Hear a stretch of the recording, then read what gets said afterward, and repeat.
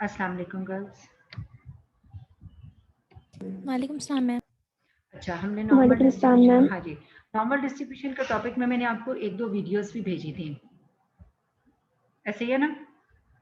आप लोगों ने देख ली और हमने 1-2 लेक्चर्स भी ले लिए थे इसके प्रॉपर्टीज़ के भी और इसका क्वेश्चन कैसे सॉल्व करना है। ठीक है? How to calculate the probabilities, the area under the curve if x values are given और if z values are given, यानी z गिवन है या x गिवन है, मैम आपने प्रोबेबिलिटीज कैसे कैलकुलेट करनी है। इसमें कोई प्रॉब्लम है तो आप पूछिए। जी बेटा, अभी आपने पूछा कुछ। मैम इसका आपने जो रिकॉर्ड किया था लेक्चर लास्ट, वो आपने अपलोड नहीं किया था। वो नहीं क्या, चलो मैं दिखाती हूँ अभी।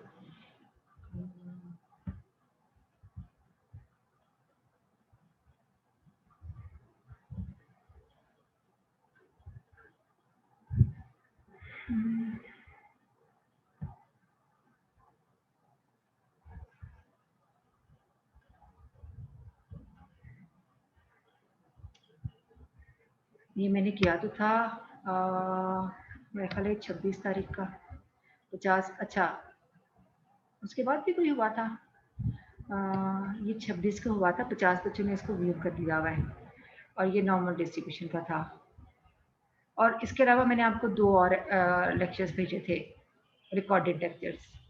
ऐसे ही है ना, इस पे एक प्रॉपर्टीज़ वाला भेजा था अगर आप ग्रुप में देखो, और एक मैंने आपको प्रोबेबिलिटीज़ कैलकुलेट करने वाला, यानी प्रॉपर्टीज़ वाला और प्रोबेबिलिटीज़ कैलकुलेट करने वाले 2 मैंने आपको लेक्चर्स भेजे थे।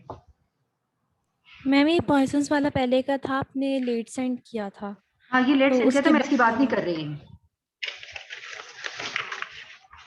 एक मिनट बेटा, होल्ड करें, ये इसको इन्फॉर्म कर दो और ये टाइप कर दो।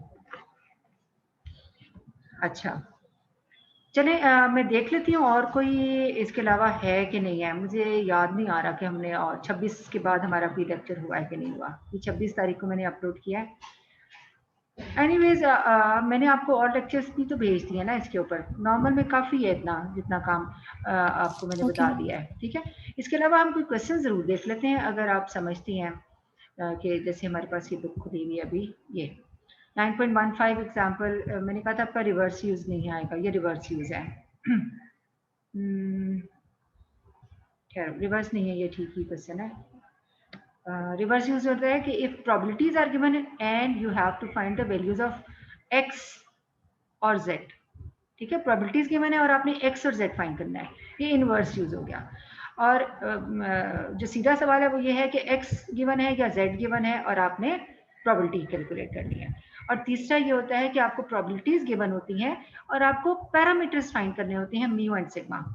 ठीक है, तो वो भी आपके लिए नहीं है। आपके लिए सीधा सवाल है कि if x is given you have to find the probability, if z is given you have to find the probability using the SPSS। ठीक है, अच्छा अब ये क्वेश्चन एग्जाम्पल छोड़ दें।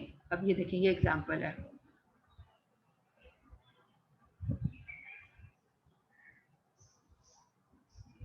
पीछे से स्टार्ट होती है थोड़ी सी। ये 9.16 नजर आ रही है सबको? थोड़ी सी कॉम्प्लिकेटेड है, बाज़ वक़्त इसका सवाल बड़ा स्ट्रेट फॉरवर्ड नहीं होता, जैसे कि इस केस में आपको नजर आ रहा है कि स्ट्रेट फॉरवर्ड क्वेश्चन नहीं है।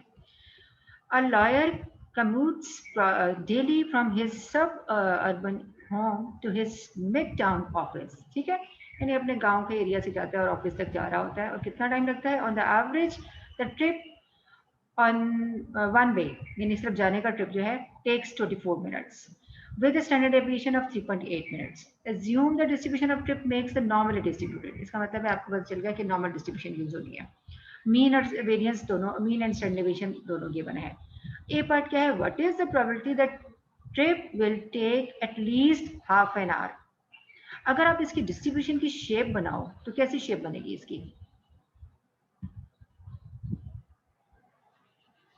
डिस्ट्रीब्यूशन की शेप जो है, अगर हम इस तरह से बना रहे हैं नॉर्मल डिस्ट्रीब्यूशन, तो इसमें सेंटर में हम क्या लिखेंगे? इसका मीन लिखेंगे। ठीक है, और मीन की जो वैल्यू है वो है इसमें 24, यानी कि किसी दिन उसे 24 मिनट लगते हैं, कभी 25 मिनट लग जाते हैं, कभी 23 मिनट लग जाते हैं, कभी 30 मिनट्स लग जाते हैं, लेकिन बहरहाल कभी ज़्यादा कभी कम। उसने कहा कि what is the probability that trip will take at least half an hour. Half an hour का मतलब है हम अगर मिनट्स में कंपेयर कर रहे हैं, सारा कुछ मिनट्स में, हमारा एक्स जो है वो किस में मैयर हो रहा है? मिनट्स में, क्योंकि 3.8 जो स्टैंडर्ड डेविएशन है वो भी मिनट्स में दी हुई है, और जो आपका मीन दिया हुआ है वो भी मिनट्स में है। इसका मतलब है आपका जो एक्स का स्केल है that is measured in minutes. अब आप उसमें हाफ एन आवर को भी क्या करना पड़ेगा, ऑब्वियसली आप लोग साइंस के बच्चे हो, BSc के हो, आपको पता है unit of measurement must be same. तो क्या करेंगे, जल्दी से बताएं। Ma'am 30 minute. हाँ जी 30 मिनट, ठीक है। अब 30 मिनट ऑब्वियसली नंबर लाइन के ऊपर एग्जिस्ट कर रहा है, तो 24 के बाद ही आएगा 30। चलिए मैं यहाँ लिख देती हूँ 30। अब आप मुझे बताएं एटलीस्ट का मतलब क्या है, कौन सा एरिया शेड होने वाला है। मैम एटलीस्ट मतलब कम से कम 30 मिनट्स, उससे ज्यादा हो भी हो सकते हैं। हाँ एटलीस्ट 30 मिनट्स का मतलब है कम से कम 30 मिनट, और बाकी इससे ज्यादा भी 30 से कम नहीं हो 31, हाँ सकते। 30 से कम नहीं हो सकते। तो इसका मतलब है ये वाला एरिया शेड होगा जो मैं कर रही हूँ, ऐसा ही है। Yes ma'am. और आपको मैंने बताया था इसकी प्रोबेबिलिटी कैसे फाइंड करते हैं, आप खुद बताएं कैसे प्रोबेबिलिटी फाइंड होगी। टोटल प्रोबेबिलिटी कितनी होती है राइट से लेफ्ट तक, अगर मैं कहूँ यहाँ से यहाँ तक 1। नंबर लाइन है, हाँ जी बिल्कुल ठीक, इसकी प्रोबेबिलिटी आपके पास जो है वो 1 है। फाइन, इसकी प्रोबेबिलिटी अगर 1 हो गई तो आपको जो SPSS देता है वो हम कौन सा फंक्शन यूज करते हैं, CDF फंक्शन यूज करते हैं, CDF यूज करते हैं ना। और वो कहाँ से एरिया कैलकुलेट करता है, हमेशा -∞ टू दैट पॉइंट, जो हम उसको पॉइंट देंगे 30 देंगे तो यहाँ तक का एरिया SPSS सॉल्व करके देगा, which is not required. Actually we have to find the right side area of that point, जबकि लेफ्ट का गिवन है, तो राइट का कैसे आएगा, जल्दी से बता दें। 1 में से उतना माइनस करके जो हाँ जी, SPSS देगा। हाँ जी 1 में से माइनस करेंगे। हम इसे लिखेंगे कैसे, प्रोबेबिलिटी x एटलीस्ट के लिए कौन सा साइन आता है, greater than equal to, greater than equal to, और यहाँ क्या लिखेंगे हम 30, ठीक है। और which is obtained by 1 minus, ठीक है 1 माइनस, सॉरी यहाँ इक्वल भी डालना था, 1 माइनस कौन सी प्रोबेबिलिटी आएगी, लेस देन 30 वाली, ठीक है, जो कि आपको SPSS देगा। तो यहाँ लिखेंगे x लेस देन 30। यहाँ देखिए हमेशा SPSS आपको लेस का एरिया देता है, -∞ टू 30, यहाँ तक का एरिया आपको SPSS से देना है, ठीक है। इन दोनों में 1 का 1 ही लिख लेंगे अगले स्टेप में, और लेस देन 30 की वैल्यू आप SPSS से पिक करेंगे, और आप इसमें सब्स्टिट्यूट करके इसको कैलकुलेट करेंगे तो आपको आंसर मिल जाएगा, ठीक है। अच्छा अब इसी का बी पार्ट देखें, मैं सब अरेज करने लगी हूँ। अब इसी का बी पार्ट देखें, मैम ऐड कर लें स्टूडेंट्स हाँ को। हाँ 4 5 मैंने देखा है, ऐड कर लिया है, ओके। अच्छा अब आगे देखें बी पार्ट, ऊपर जरा सा गुजर गया, हाँ। बच्चे 1 मिनट जरा बी पार्ट को स्टडी करो और इसका सोल्यूशन देखते हैं, ठीक है। 1 मिनट जरा होल्ड करें जरा।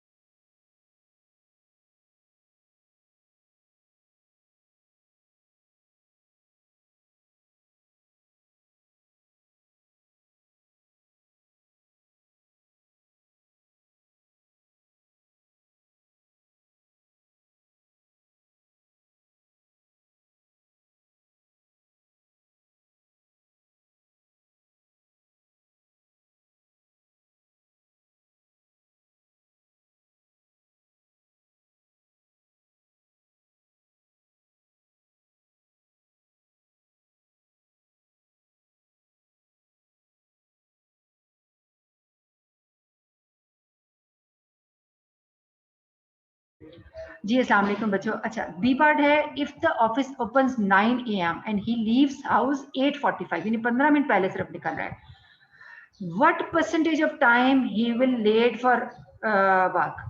आप मुझे बताओ, आपकी भी ऐसी 9 बजे क्लास है और 8:45 पे आप घर से निकल रहे हो, तो लेट कब होगे जब आपके 15 मिनट से 1 मिनट भी ज्यादा होगा, यानी 16 मिनट, 17 मिनट भी लेट हो, 18 मिनट, यानी 15 मिनट तक आप पहुंच जाते हो तो लेट नहीं हो। इससे ऊपर जब भी जाओगे तो लेट हो जाओगे ना।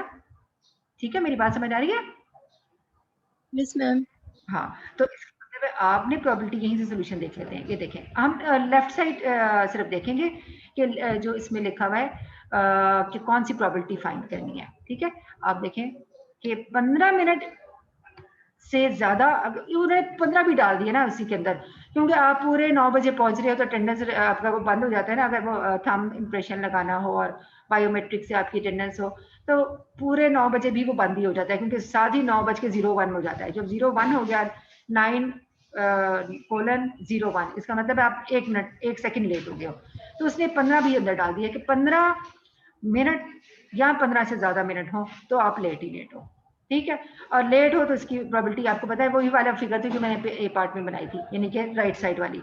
और राइट साइड वाली कैसे फाइंड होती है? 1 minus the probability which SPSS give you. ठीक है, उससे आप उसकी फाइंड कर लोगे। ठीक है, अच्छा अब इसी का सी पार्ट देखो क्या है, पीछे वापस जाते हैं, इसका सी पार्ट मैम देखते हैं। जी बेटा। मैम जब पूरे 15 मिनट्स हो गए तो उससे कैसे लेट? जी ग्रेटर बेटा। देन 15 नहीं होगा? अच्छा जब एक और पूरे बात, 15 मिनट्स। हाँ अब पूरे 15 देखो, पूरे 15 मतलब ये है कि 9 बजे पहुंच रहे हो पूरे, ये मतलब हो ना। ठीक है, और आपको अपने ऑफिस में थोड़ा पहले पहुंचना होता है।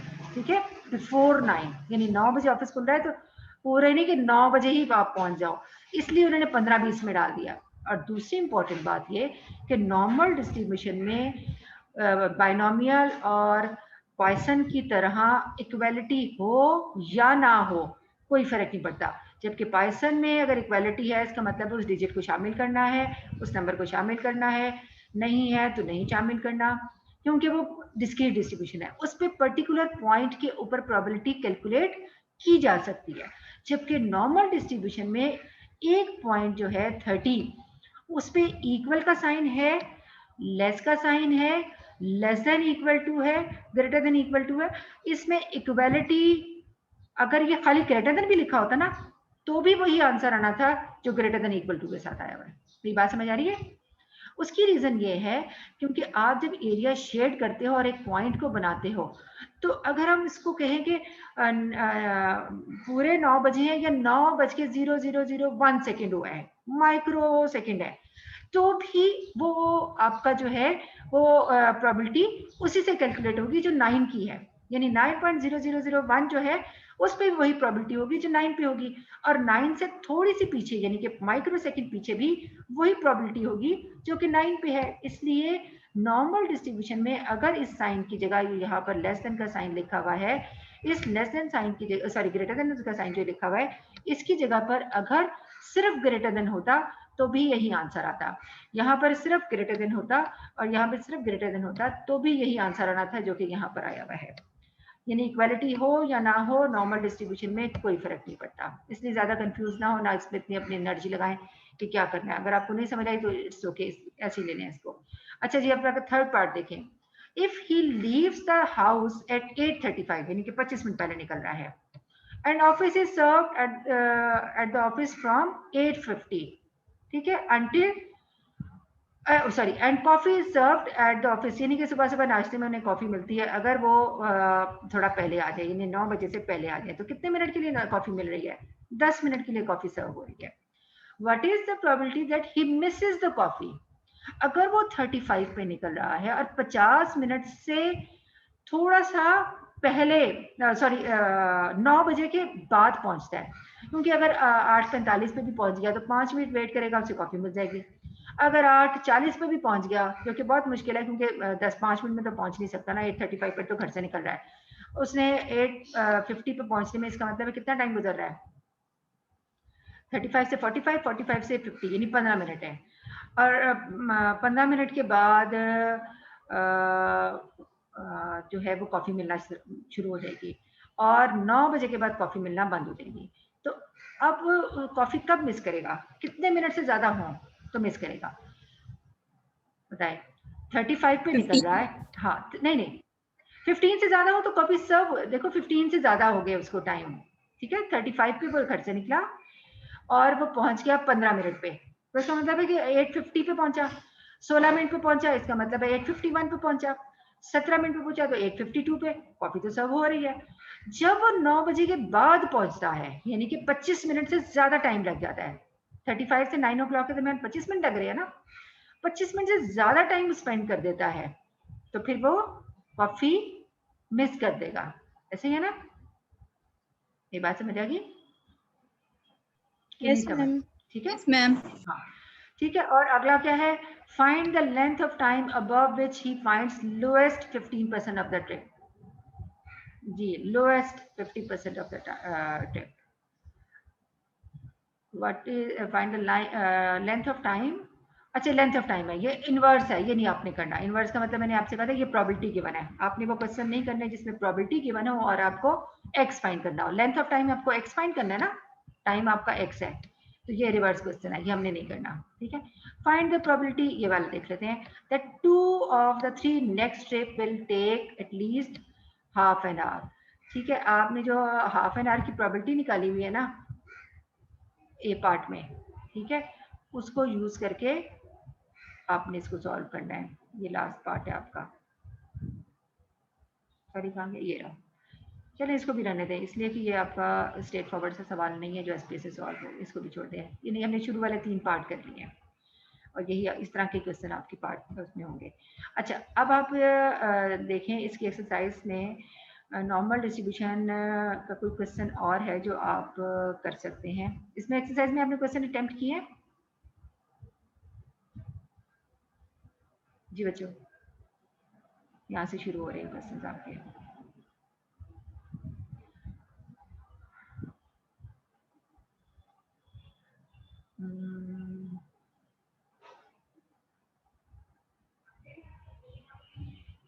मैंने सही चैप्टर खुला हुआ है ना?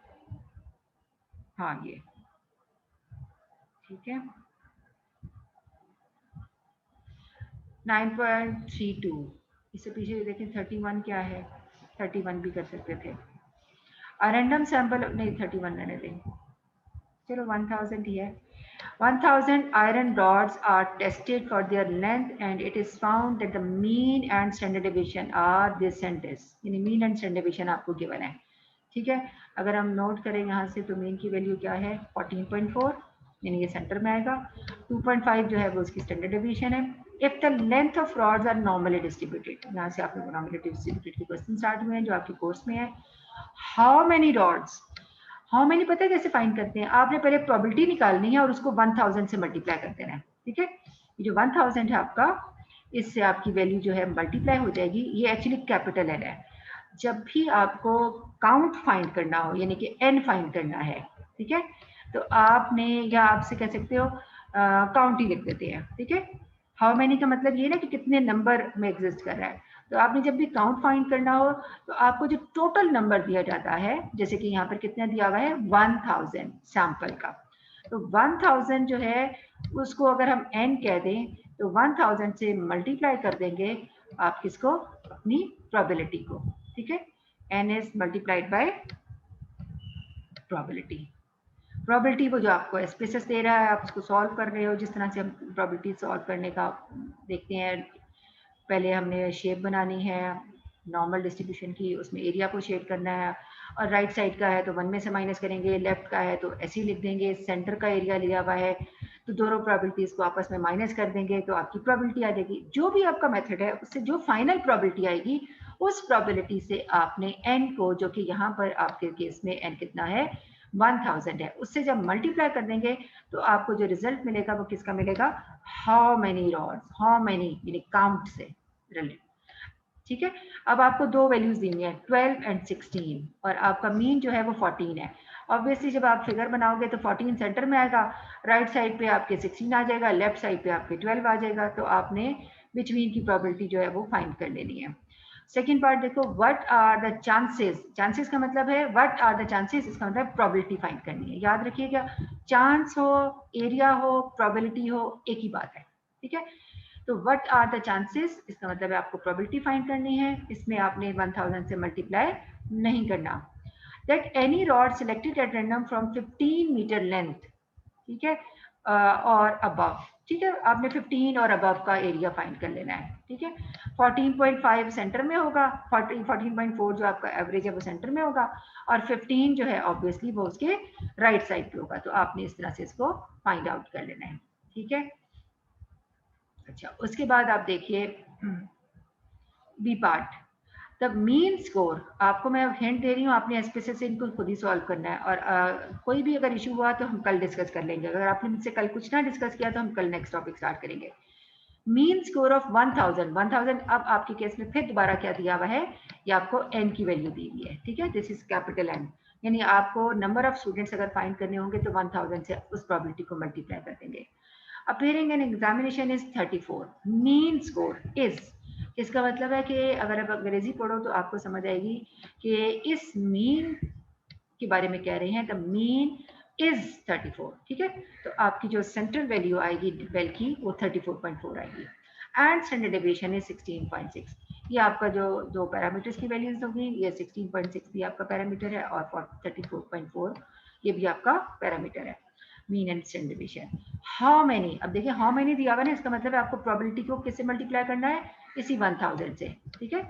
तो how many candidates may be expected to obtain marks between 30 and 60। अब आपकी सेंट्रल वैल्यू 34 है, 30 उसके लेफ्ट साइड पे होगी, 60 उसके राइट साइड पे होगी। आपने उससे प्रोबेबिलिटी कैलकुलेट कर लेनी है, और जो प्रोबेबिलिटी आ जाएगी उसको किससे मल्टीप्लाई करना है, 1000 से, ठीक है। और दूसरा पार्ट है, दूसरा पार्ट नहीं करना, ठीक है, ये वाला जो यहाँ तक आपका क्वेश्चन है, बस यहाँ तक, उससे बाकी पता है क्यों नहीं करना, ये 70% है ना, यानी प्रोबेबिलिटी दी हुई है, ये आपके लिए नहीं है, ठीक है, इसलिए इसको आप समझे कि आप इसको कैंसिल कर देना है सेकेंड पार्ट को। अच्छा, 32 क्वेश्चन ये आपका होमवर्क है, ये बिल्कुल इस तरह से एग्जाम्पल है। व्हाट फ्रैक्शन, फ्रैक्शन का मतलब ये होता है प्रोबेबिलिटी फाइंड करनी है। व्हाट इज द प्रोबेबिलिटी, ये भी प्रोबेबिलिटी है। हाउ मेनी कप्स का मतलब है आपने प्रोबेबिलिटी कैलकुलेट करने के बाद आपने मल्टीप्लाई कर देना है उसको उसकी काउंट के साथ। अब काउंट कितने हैं उसने आपको बता दिया, इसी लाइन के एंड में देखिए लिखे हुए 1000 रिंग्स, इसका मतलब है ये काउंट है। बिलो व्हाट वैल्यू, ये आपने नहीं करना डी पार्ट, इसलिए नहीं करना कि प्रोबेबिलिटी आपको गिवन है। कैसे पता चला प्रोबेबिलिटी गिवन है, क्योंकि आपको परसेंटेज में रिजल्ट दिया हुआ है 25%, it means this is the probability and which is not for you. You have to find the probabilities for the given values of x, ठीक है। मैं अरेज कर रही हूँ इसको, अब हम आगे से देखते हैं नेक्स्ट। ये कर लोगे ना खुद ही 32? Yes ma'am. बेटा ट्राई कर लेना, और कल ना मैं आपको शेयर के ऑप्शन दूंगी अपनी बुक्स कॉपीज पे, आप पिक्चर्स बना लेना जो आपने होमवर्क किया होगा, या आप अपनी एसपीएस में कुछ शो करना चाह रहे हो तो मुझे आप अपना स्क्रीन करके ना शेयर तो पूछ सकते हो। ये देखें लाइबा इस टाइम पे आ रही हैं, या आ रही हैं जा रही हैं बार बार। 9.33 क्वेश्चन देखिए, the heights of applicants to the police force are normally distributed. आप देखिए कि ये क्वेश्चन की स्टेटमेंट में आपको जरूर दिया जाएगा कि जो आपका एक्स वेरिएबल है वो किसको फॉलो कर रहा है, नॉर्मल को फॉलो कर रहा है।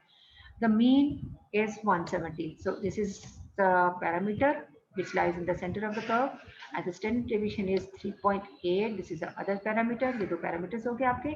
if 30%, लो जी ये आपके लिए नहीं है, ऐसे हमने पढ़ा, क्यों नहीं है, इनके परसेंटेज में दी हुई है, इसका मतलब है प्रोबेबिलिटी दी हुई है, ठीक है।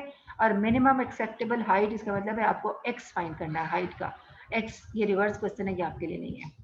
अच्छा, अगला भी देखें, ये भी देखें 3% के साथ दिया हुआ है ना, ये भी नहीं फाइंड करना आपने, ठीक। अच्छा 34 देखें, 33 रह गया, इसका ए बी पार्ट वो था out of course for you. 9.34, an architect is designing the interior doors in a men's gymnasium. He wants to make them, आगे क्या लिखा हुआ है, enough to 95%। ओहो, ये भी नहीं हो सकता है ना, 95%।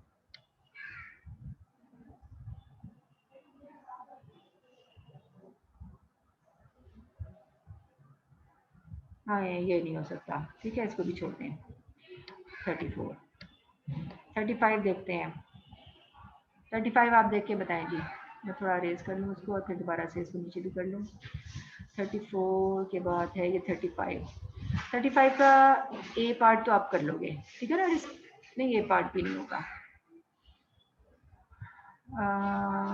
हाँ रहने दें, छोड़ देंगे भी 35। बस मेरा ख्याल है वहीं तक, आगे सारे ना परसेंटेजेस वाले सवाल स्टार्ट हो गए हैं, ठीक है? बस अब आप मायर्स की बुक खोल लें, दूसरी जो आपकी मायर्स एंड मायर्स की बुक है, ठीक है? उसमें से भी आपने नॉर्मल के क्वेश्चन करने हैं। मैं मायर्स की बुक देख लूँ।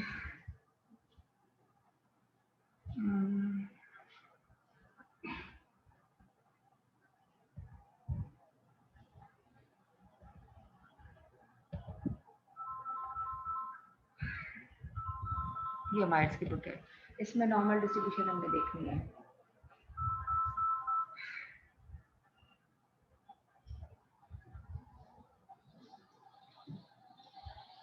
अच्छा, मायर्स की बुक में नॉर्मल डिस्ट्रीब्यूशन किस पेज पे है ये कंटेंट्स में देख लेते हैं हम, ताकि हम स्ट्रेट फॉरवर्ड उसकी एक्सरसाइज के ऊपर चले जाएं।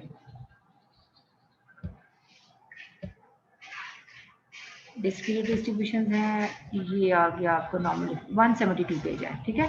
हम सीधा 172 पेज पे जाते हैं और इसकी एक्सरसाइज जो है 182 पे है।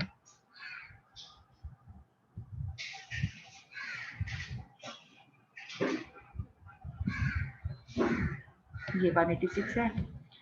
ये आ देखें एक्सरसाइज आ गई, इसकी एग्जांपल भी आप देख लें, यहाँ से है एग्जांपल्स। ये सारे एग्जांपल्स देखें, उन्होंने बड़ी अच्छी फिगर बना के आपको शो किया हुआ है, ठीक है? ये सारे एग्जांपल्स आपके कोर्स की हैं, ठीक है? कहाँ से स्टार्ट होगा?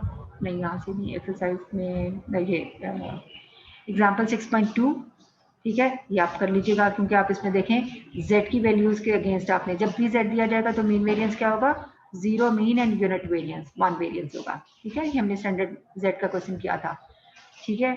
उसके बाद इसका ए पार्ट आपने नहीं करना 6.3 का, इसका बी पार्ट आप बी भी नहीं करना, 6.3 नहीं करना, क्योंकि इन्वर्स यूज है ये, एक्स फाइंड करना है ना, के फाइंड करना है, इसलिए इसको छोड़ दिया। 6.4 देखते हैं, 6.4 आप कर लेना, ठीक है? ये आपका सोल्यूशन यहाँ पे हुआ है। आपने इस तरह सोल्यूशन नहीं करना, आपने तो एसपीसीएस के स्टेप्स लिखने हैं और अपना आंसर लिखना है। आंसर जरूर इस फॉर्म में आएगा जिस फॉर्म में ये लिखा हुआ है, ठीक है ना?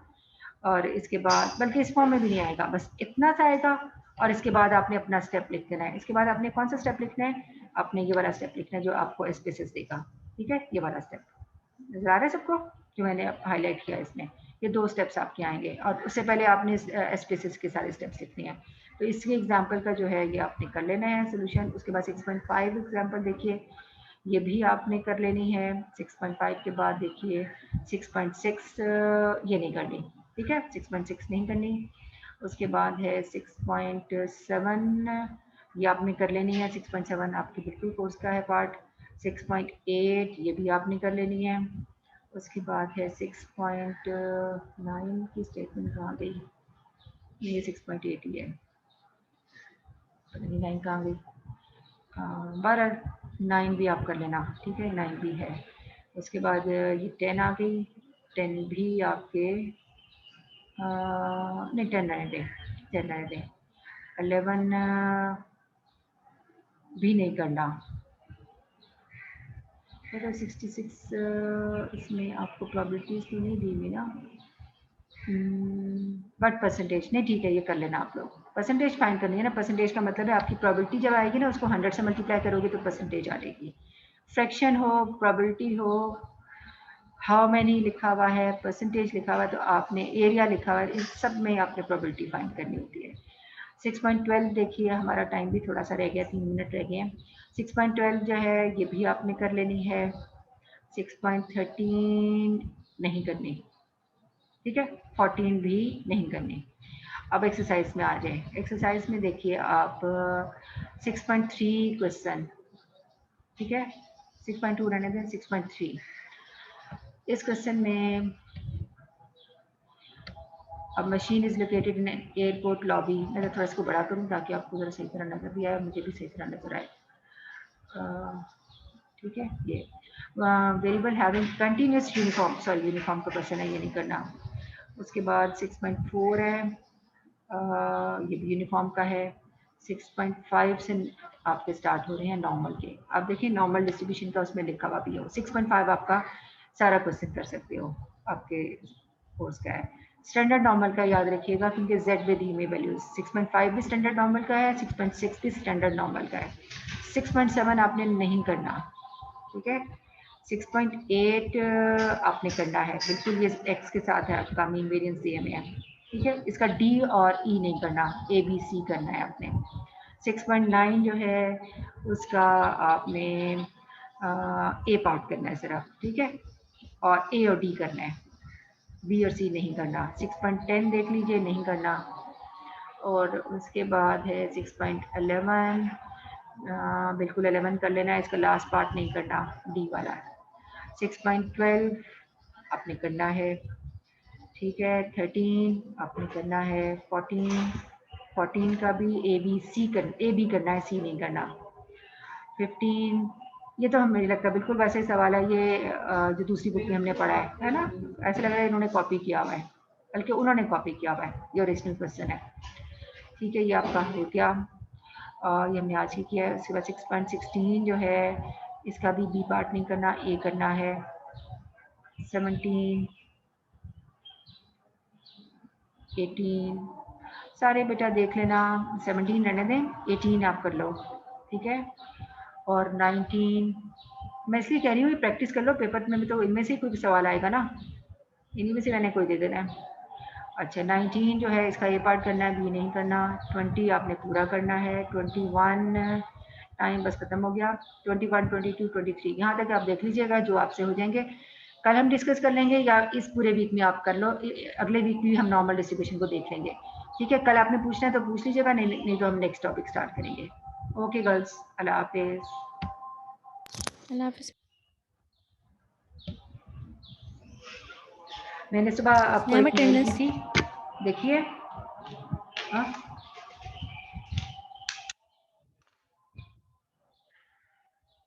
ये निकालिए आज का ड्राफ्ट जी। कौन सी एप्लीकेशन, किसने कहा है? तो वो लिखी तो हुई थी, चलो लिख लो, ओके ठीक है।